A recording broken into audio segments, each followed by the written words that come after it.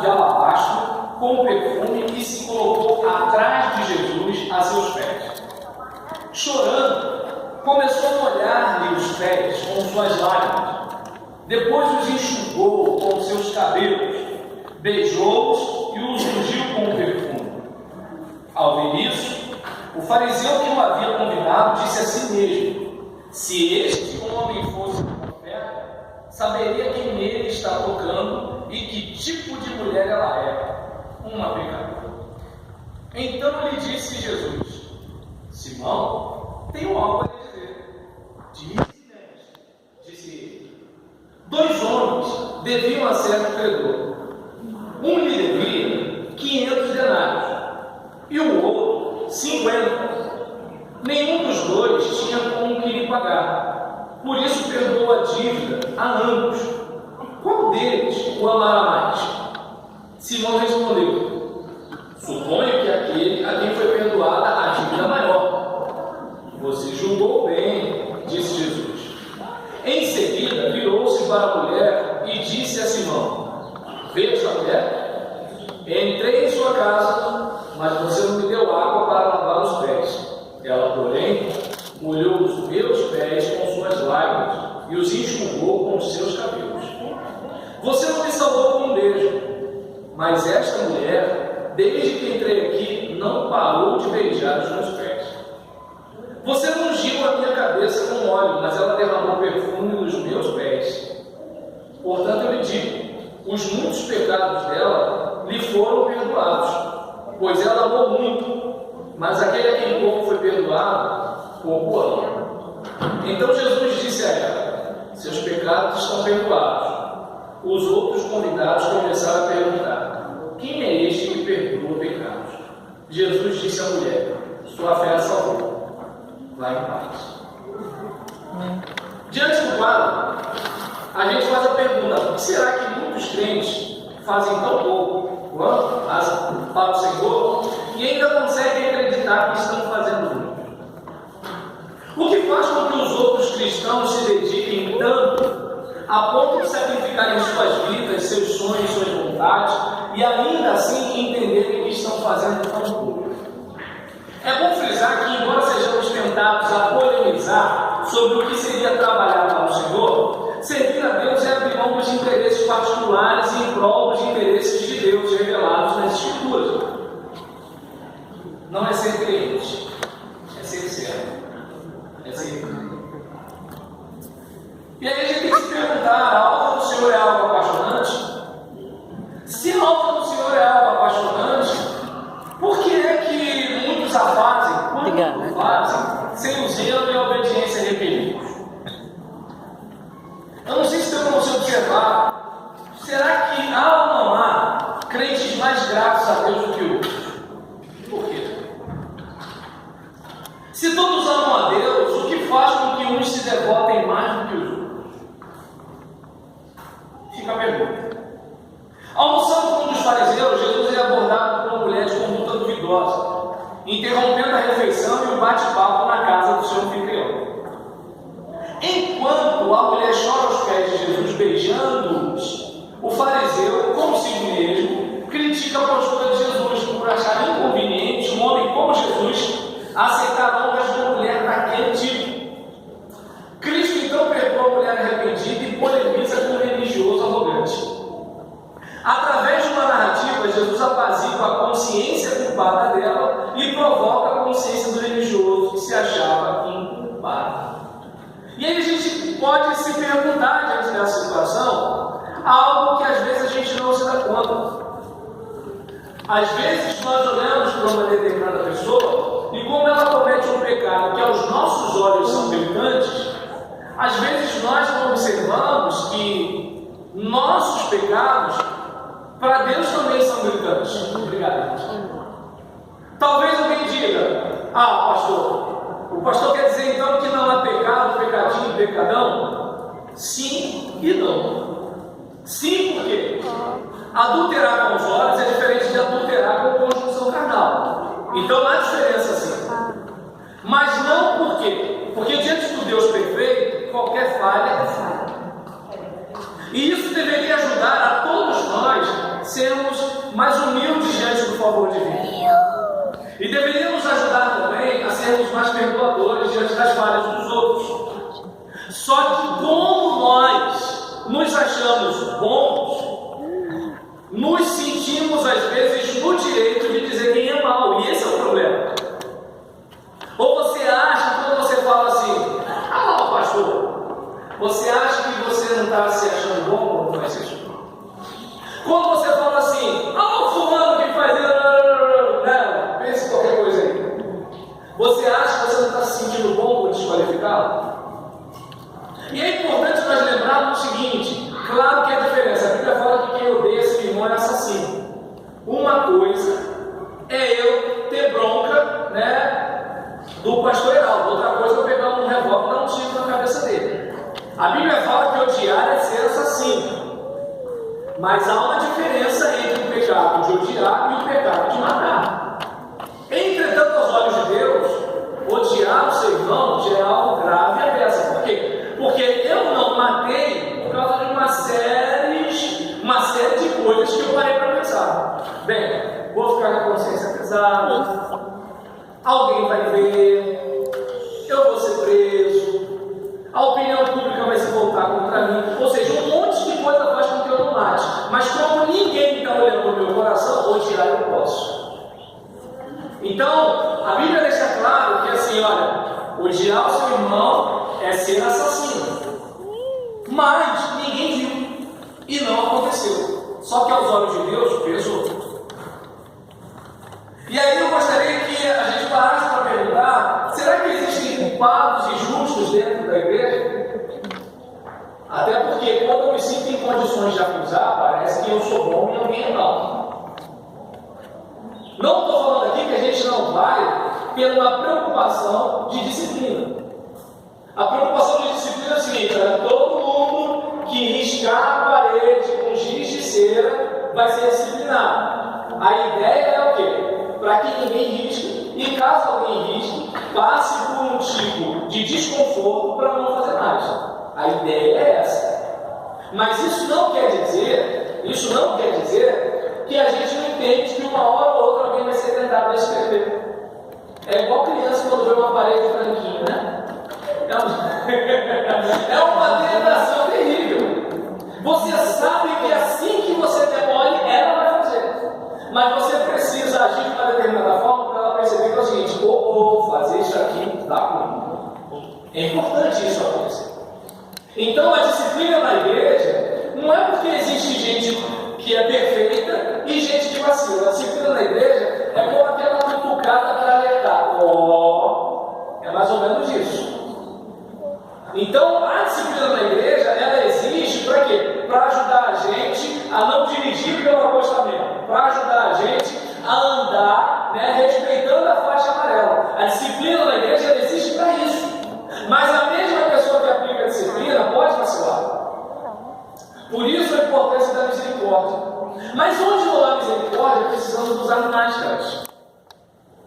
Por isso que eu tenho medo dos certinhos. Porque se você fuçar a vida dos certinhos, você vai encontrar algumas coisas que às vezes menos errados da igreja. É importante a gente pensar nisso.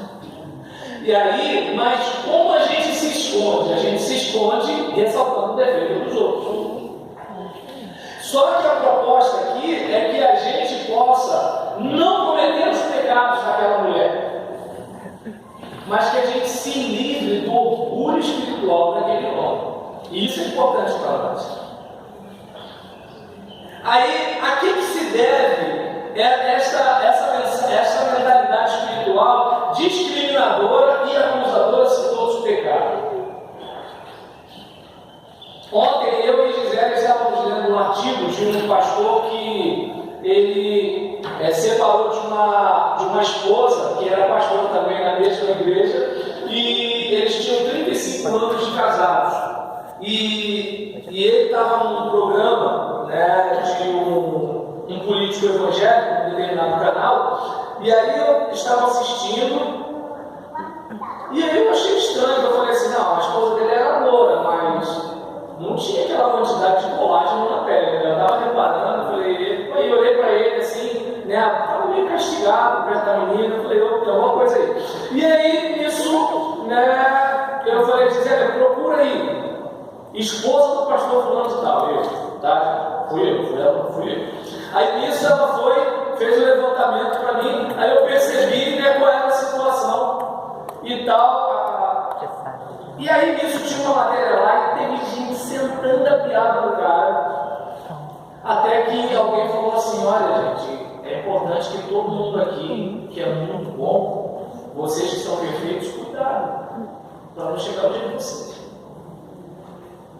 Ou seja, nossos irmãos, eles vão falhar. E nós precisamos lembrar que o nosso dia de falhar vai acontecer também. Se é que já não está acontecendo, mas ainda não fomos pegos, tem isso. De repente eu estou até fazendo, mas ninguém viu ainda. E quando chegar o meu dia, eu vou querer ajuda ou não? Não estou falando, pelo amor de Deus, que a gente não deve ter disciplina. Uma igreja séria é disciplina. Eu entendo que é melhor ter uma igreja que disciplina do que uma igreja que não disciplina e fica todo mundo falando mal da pessoa.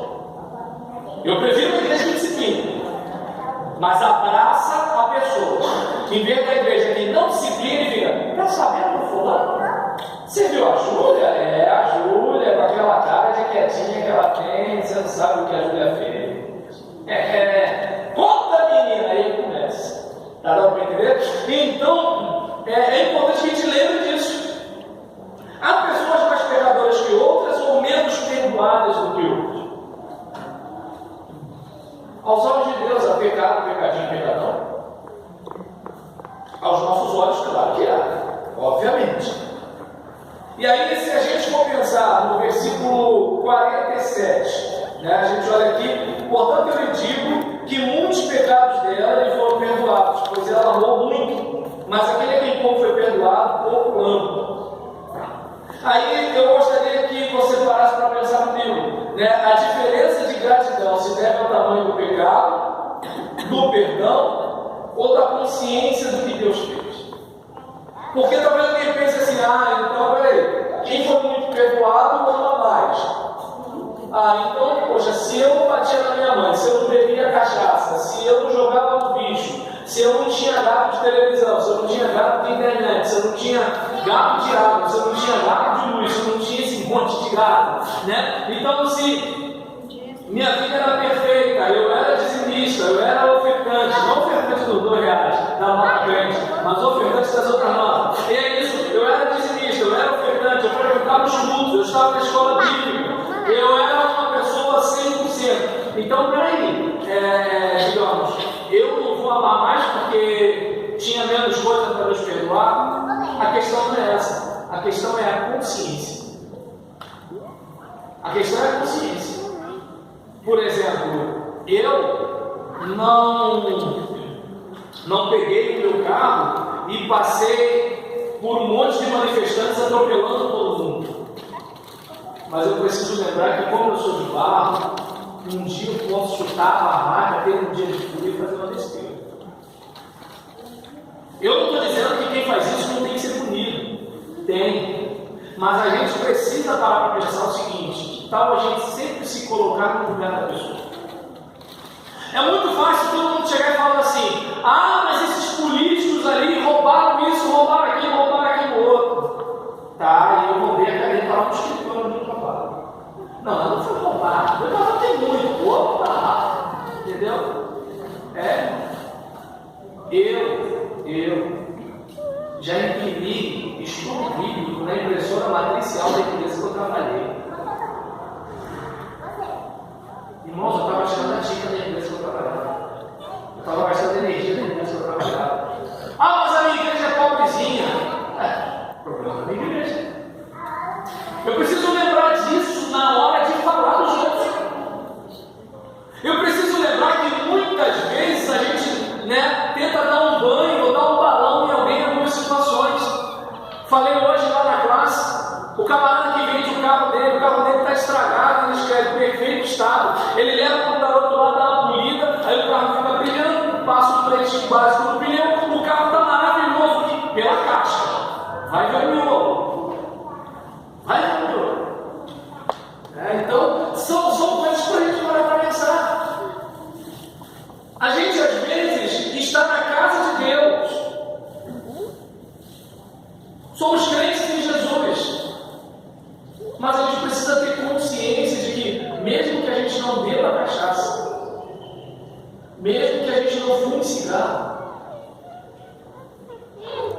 a gente precisa ter consciência do quanto a gente precisa da graça de Deus. Amém. Até por causa dos pecados religiosos que cometemos. É verdade. Eu lembro de uma vez, eu fui visitar um irmão, aí fui visitar o irmão falou assim, pastor, porque pessoa X veio aqui. Eu falei, que bom. E a pessoa X que veio me visitar falou assim, mas o pastor já esteve aqui?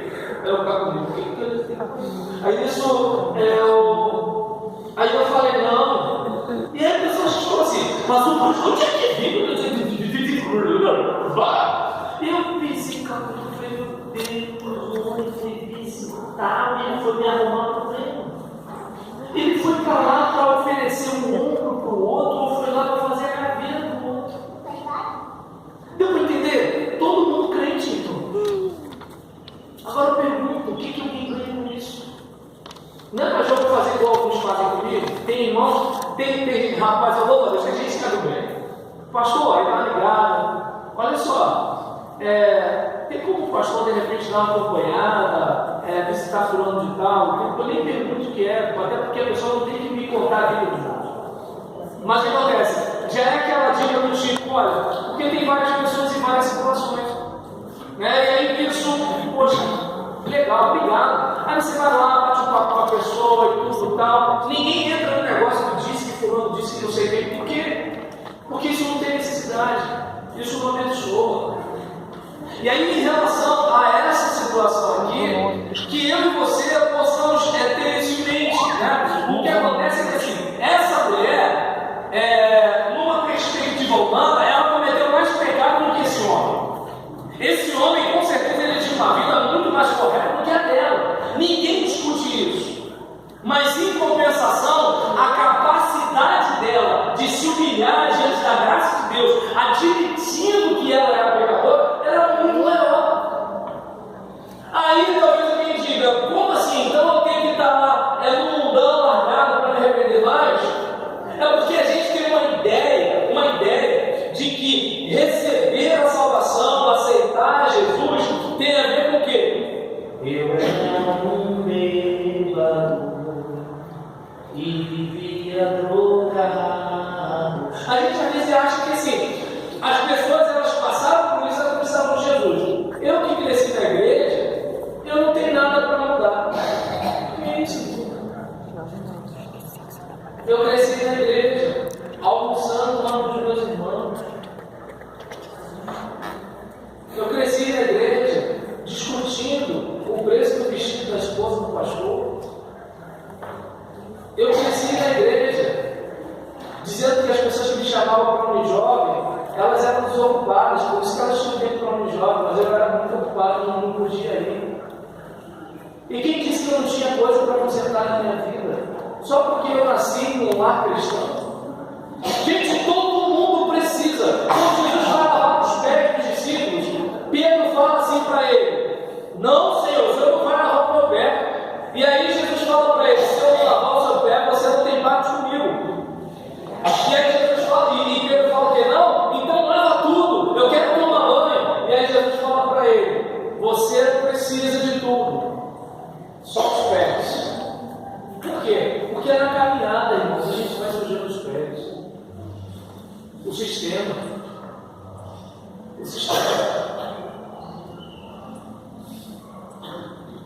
Eu, por exemplo, estava conversando com um pastor amigo meu, e aí nisso ele tem o costume de ficar o dia todo no gabinete.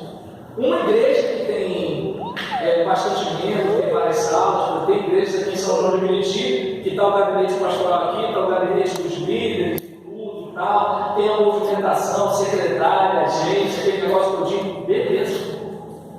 Agora a igrejinha de bairro, está lá o pastor, não tem mais ninguém no gabinete, vai atender alguém. Eu falei com ele: rapaz, certo?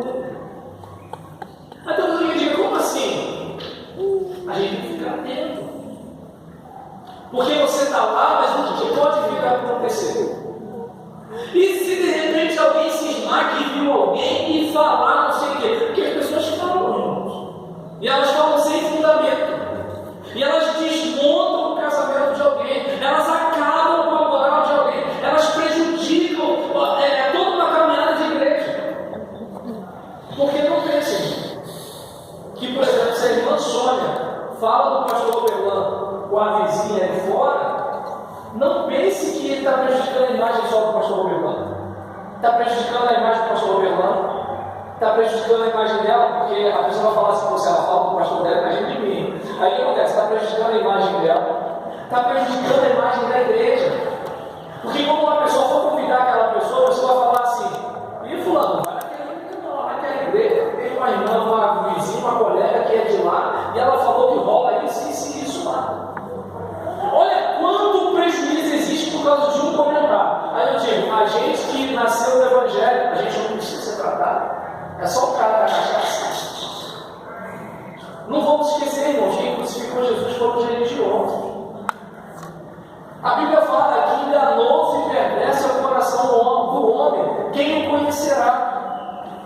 A gente precisa estar sempre se tratando. E qual o problema desse homem aqui? Esse homem aqui, ele achava que ele estava por cima. Como assim? Pô Jesus, vou te dar uma moral. Vem na minha casa para almoçar. E Jesus deixa claro, olha, você que é o meu anfitrião. Você não me deu um beijo, era o costume do tal do ósculo santo, né? E aí isso, ele, por exemplo, não deu um beijo em Jesus, a mulher beijou os pés. Você não me ungiu com óleo, ela pegou perfume caro, né? E praticamente um mês de trabalho, ela jogou tudo aquilo ali, né, nos meus pés. Ela secou os meus pés com os cabelos. Imagina, o cabelo dessa mulher que ficou sujo, o pé de Jesus cheio de poeira. Ou seja, ela tinha a consciência de preciso do favor de Deus sobre a minha vida. Amém. Sem essa consciência, a gente se acha. E como eu já falei, quem se acha se perde. Eu e você precisamos lembrar sempre disso.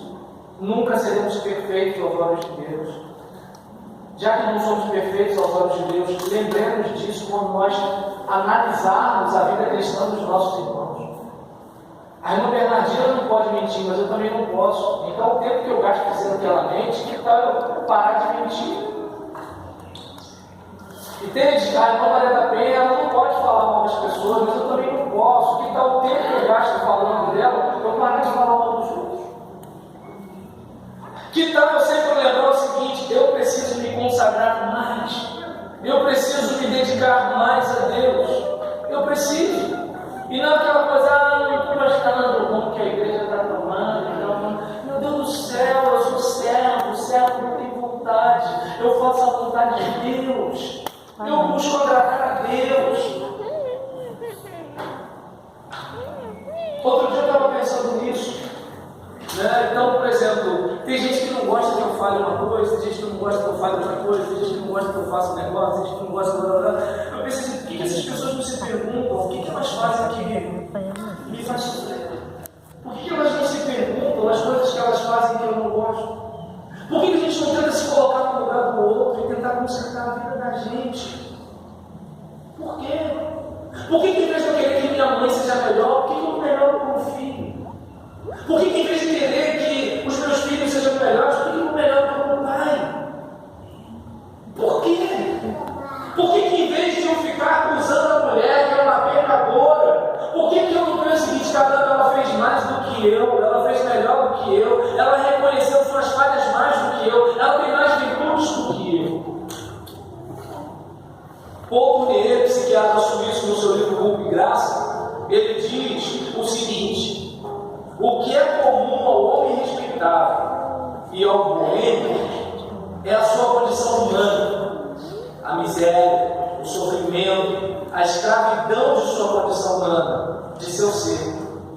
É isto que vai reaproximá-los, reuni-los em uma humildade comum, em uma liberdade comum. Talvez alguém possa pensar assim, poxa, o pastor é muito legal, né? Ele para de perto do cachaceiro, ele abraça o cachaceiro, ele dá um bate-papo com o cachaceiro como se eles fossem do mesmo nível. Irmão, por que eu sou melhor que o cachaceiro? Por quê? Eu não sei se dá para perceber. Ah, mas você é um pastor. Eu entendo que quando eu pego, eu pegarei mais grave dele.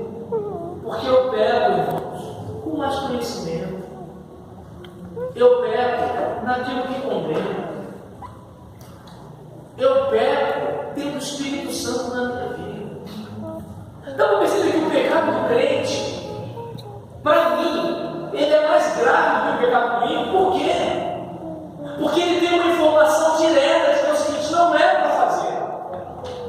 Ele tem capacitação do alto, o poder do Espírito Santo para dizer não. E ele fica rodando aos quatro cantos de que ele é filho de Deus e vai para o céu.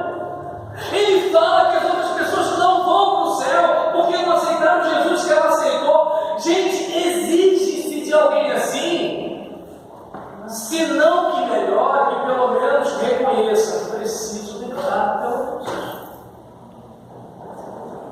E quando eu falo isso, gente, não precisa para perceber, eu não estou dizendo o seguinte: ó, vocês são a cambada de pecadores que precisam melhorar e eu sou o rei da cocada preta. De preto só tem eu não sou rei de nada e não tem nem cocada.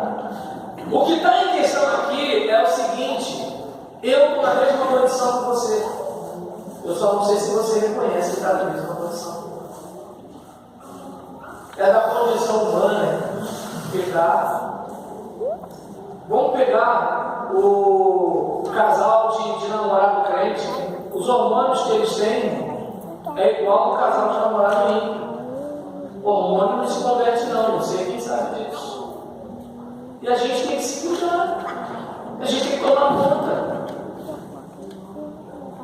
Os olhos do irmão que é crente em Jesus é igual aos olhos do cara lá do bloco de carnaval.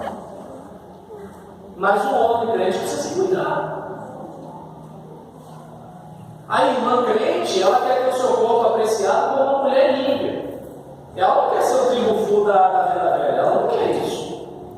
Só que é o seguinte: ela sabe que o seu corpo tem que estar reservado para o seu marido. Ah, mas eu não sou casada com o marido, que vai ter? Não é para ficar sensualizando no Facebook. Então, não sei se dá para perceber, meu irmão, que todos nós sujamos os pés na caminhada. Todos nós precisamos lavar os pés. Mas para isso é necessário o quê? Humildade. Amém. Sem humildade ninguém melhora. Sem humildade a gente só aponta a falha dos outros. E apontar a falha dos outros nunca melhorou ninguém. Me diz quem melhorou falando mal de alguém. Ninguém. Agora todo mundo que olhou para si e tentou se consertar melhorou. Amém. Só que dá mais trabalho. E requer de nós que sejamos humildes.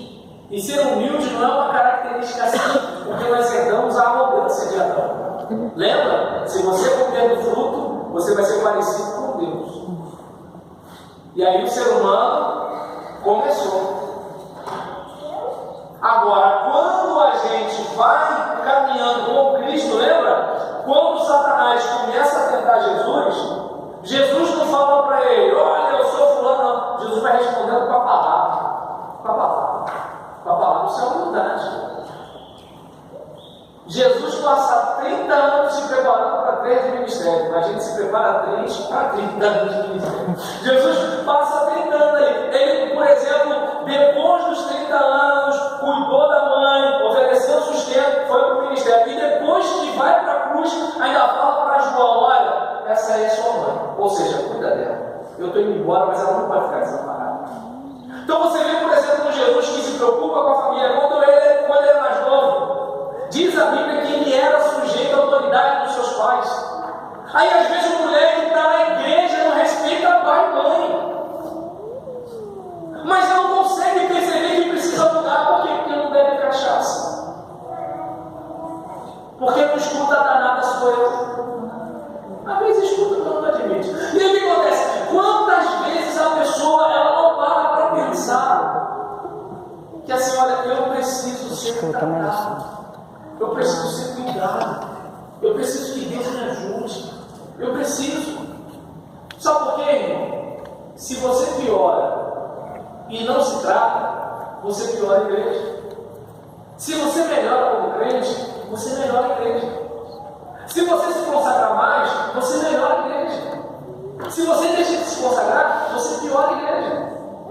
Se você evita determinados pecados, você melhora a igreja. Se você se contamina em mais e mais pecados, você piora a igreja. Por quê? Porque você é um membro do corpo.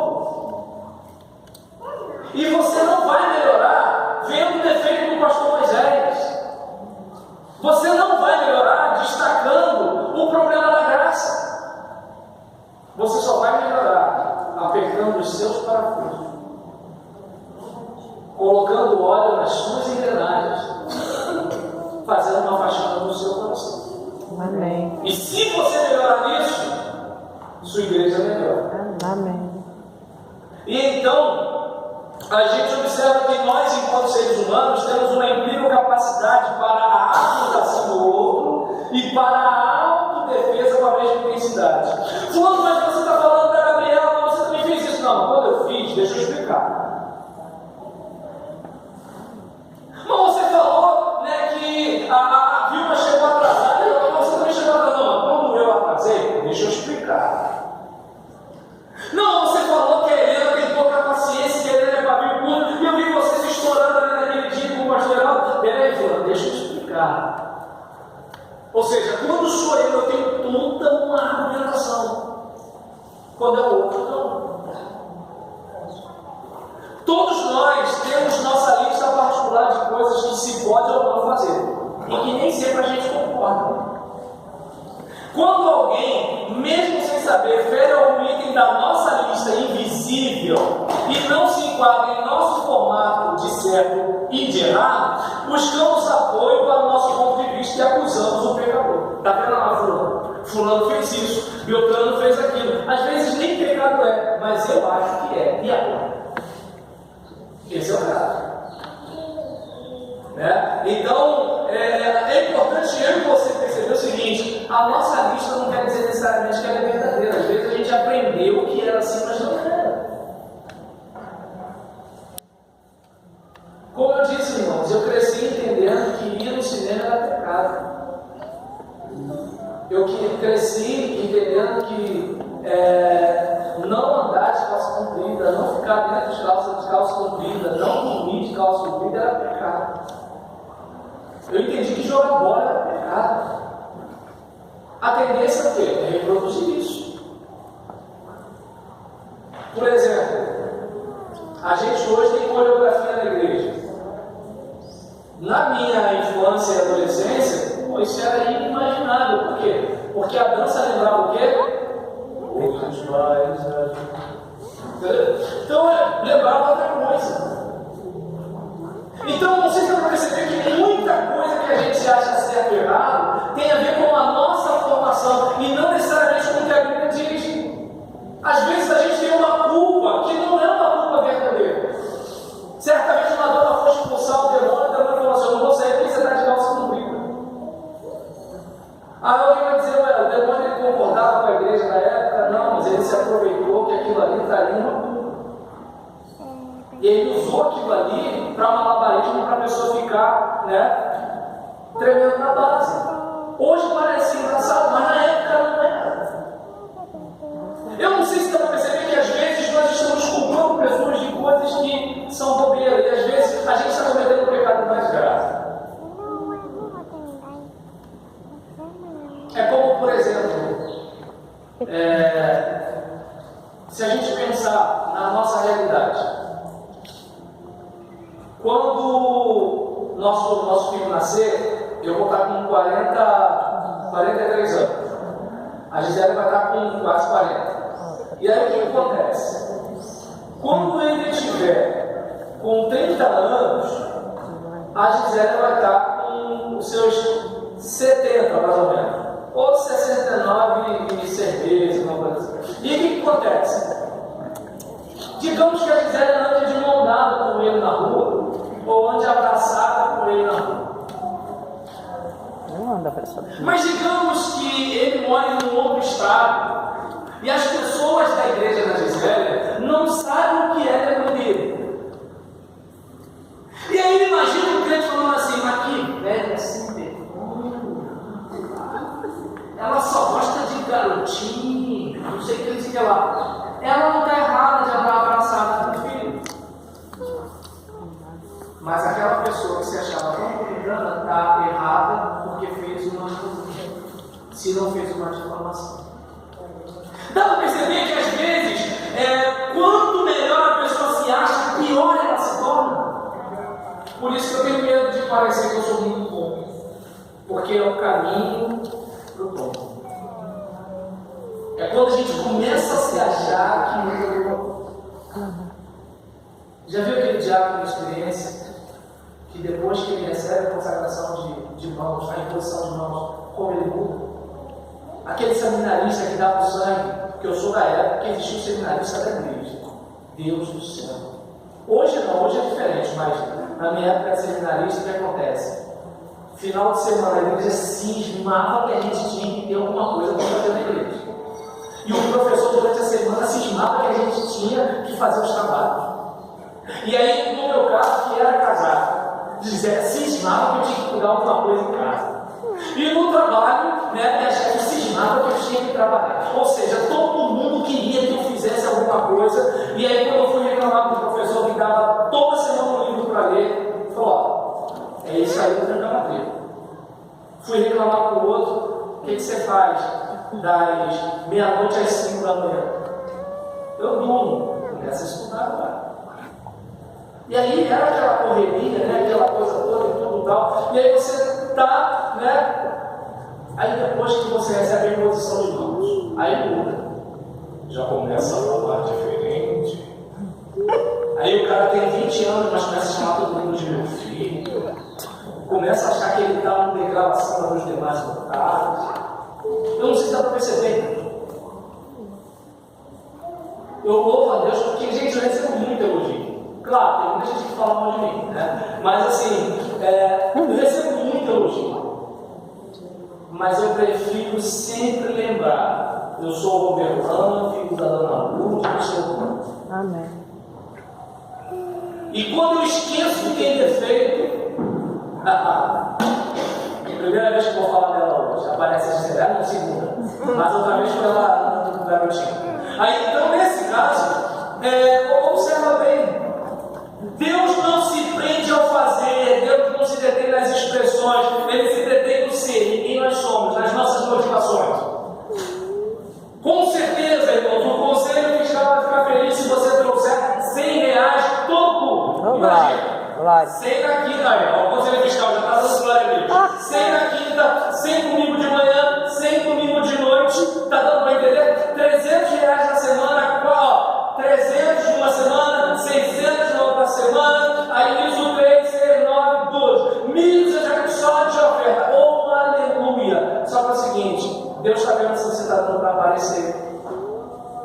Deus está vendo se você está dando porque você quer ser promovido no cargo da igreja. Deus está vendo se você está dando porque você quer ter uma voz mais forte na sessão. Deus está vendo tudo. Amém. A igreja precisa de dinheiro, Deus não. Se você tem uma coisa contra o seu irmão, antes de colocar a oferta lá, vai resolver. É o que a Bíblia diz. Claro, a gente usa isso para assim: eu não resolvo o negócio do meu irmão, eu não dou oferta particular. E se alguém perguntar por que eu não sou mais ofertante, eu digo que é porque eu estou parecendo qual é. E aí eu não tive tempo de resolver. E aí, Deus não se prende a ensinar para as motivações. Ele conhece a nossa estrutura e sabe que somos pó. E antes que alguém fique chateado, Salmo 103:14. Ele conhece a nossa estrutura. Ele conhece a minha estrutura e sabe que eu sou o pó. Amém. Eu sou pó, Gisele é pó e o nosso pacote é um pozinho. E a nossa casa vai ser uma poeira só e a gente tem que dar graças a Deus, porque no meio dessa poeira Deus quis se manifestar. Glória a Deus por isso. Amém. Porque eu sou um pastor pregador, eu sou um pregador intermunicipal. Eu prego em Belfort Roxo, prego em Rio Grande do Sul, eu prego na Assembleia de Deus, eu prego na Presbiteriana, eu prego não sei o que lá. E daí? Você merecia um inferno, meu irmão.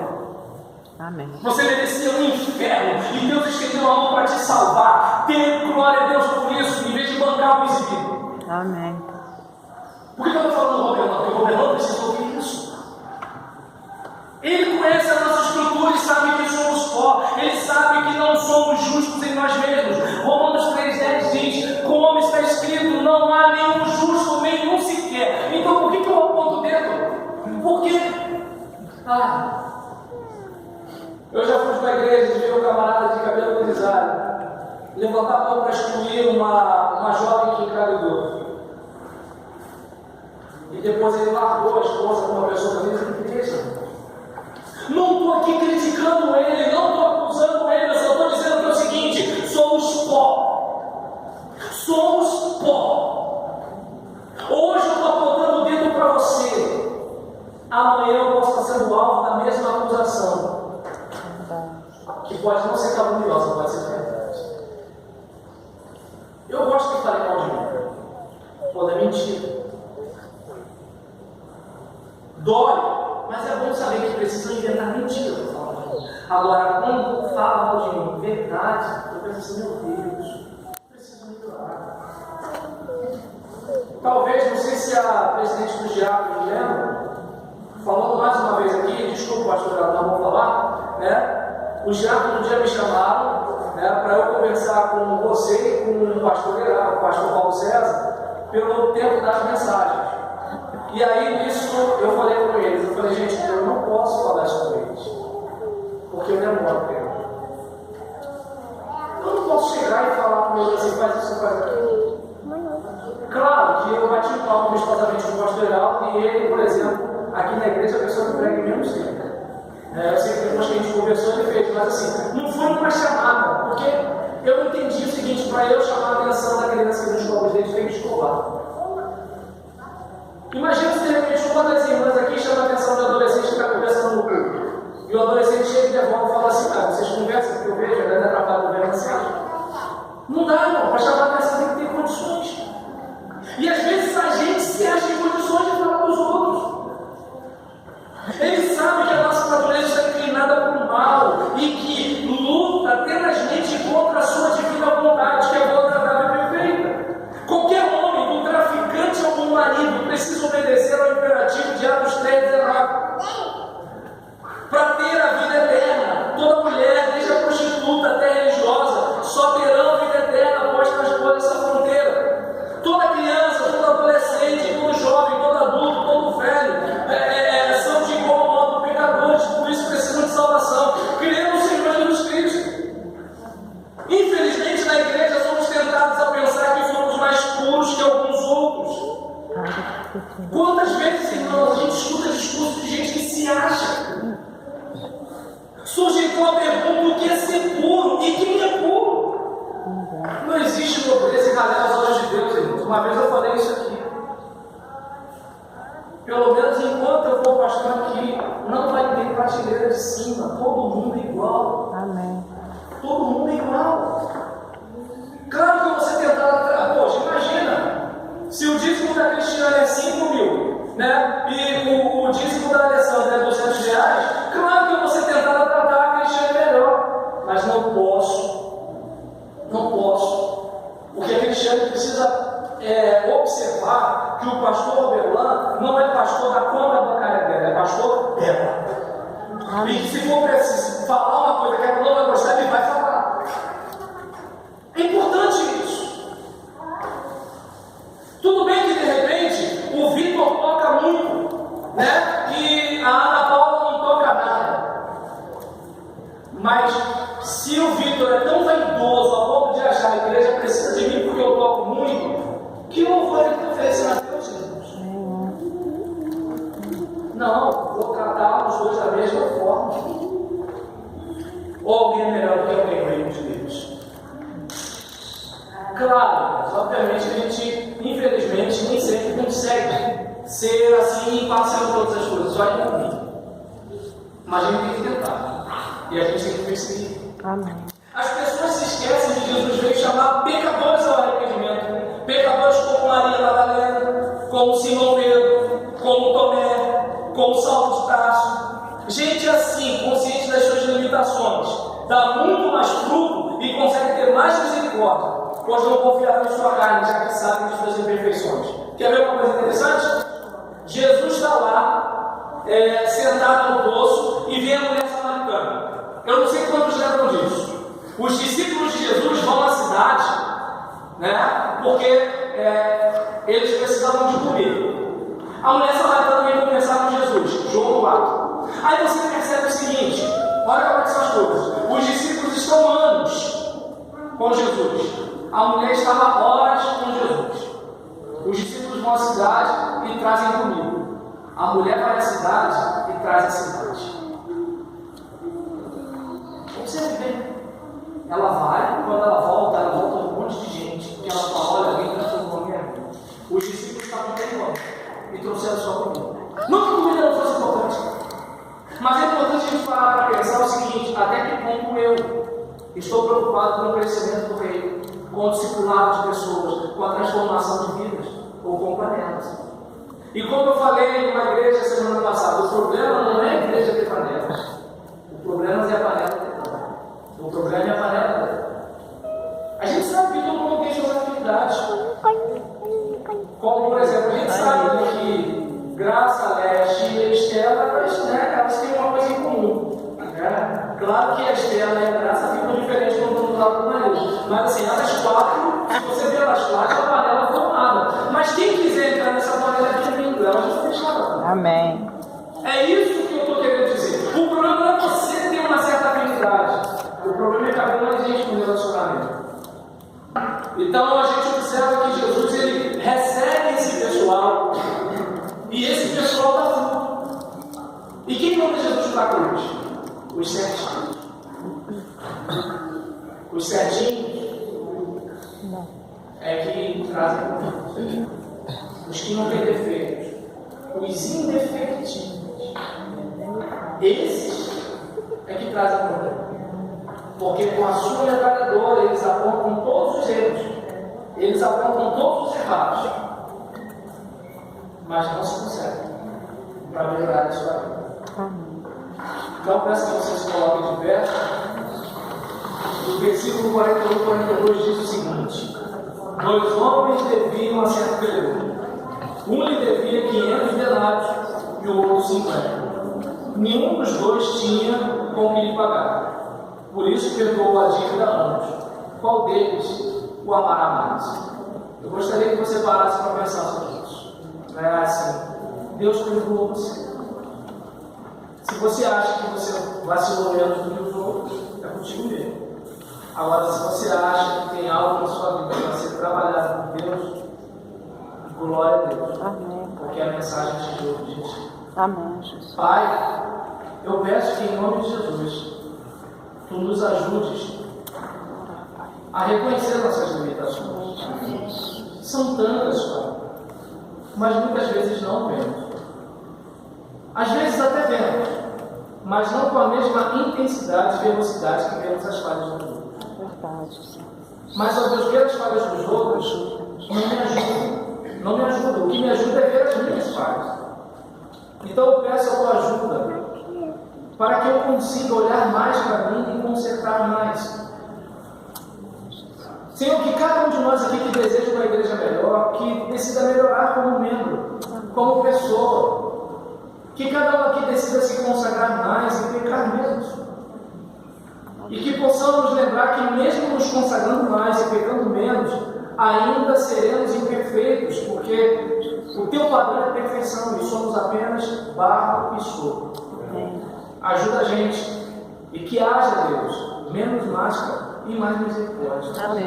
Que possamos olhar para o nosso irmão entendendo que, assim como ele falha, nós também falhamos, assim como nós queremos ser compreendidos, que nós possamos compreendê-lo também. Amém. Não diz se comportar, Deus, com os pecados deles, mas entender que, infelizmente, nós também traímos os nossos votos e também pecamos e fazemos aquilo que uma vez te prometemos não fazer.